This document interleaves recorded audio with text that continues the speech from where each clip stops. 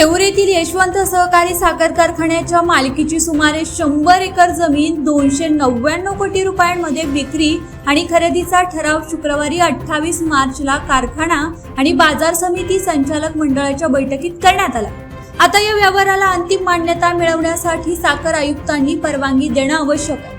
यशवंत कारखान्याच्या संचालन मंडळाकडून कारखान्याची देणी देणं आणि भांडवल उभारणीसाठी स्वमालकीची सुमारे 100 एकर जमीन 335 कोटी एवढ्या रकमेस विक्री करण्याचा प्रस्ताव पुणे बाजार समितीस 30 ऑक्टोबर 2024 रोजी देण्यात आला होता। विशेष म्हणजे शुक्रवारी झालेल्या बैठकीत कारखान्याच्या मालकीची सुमारे 100 एकर जमीन 299 कोटी रुपयात विक्री आणि खरेदी करण्याचा ठराव सर्वानुमते मंजूर झाला। बाजार समिती आणि कारखान्याच्या संचालक मंडळांची संयुक्त बैठक पार पडली।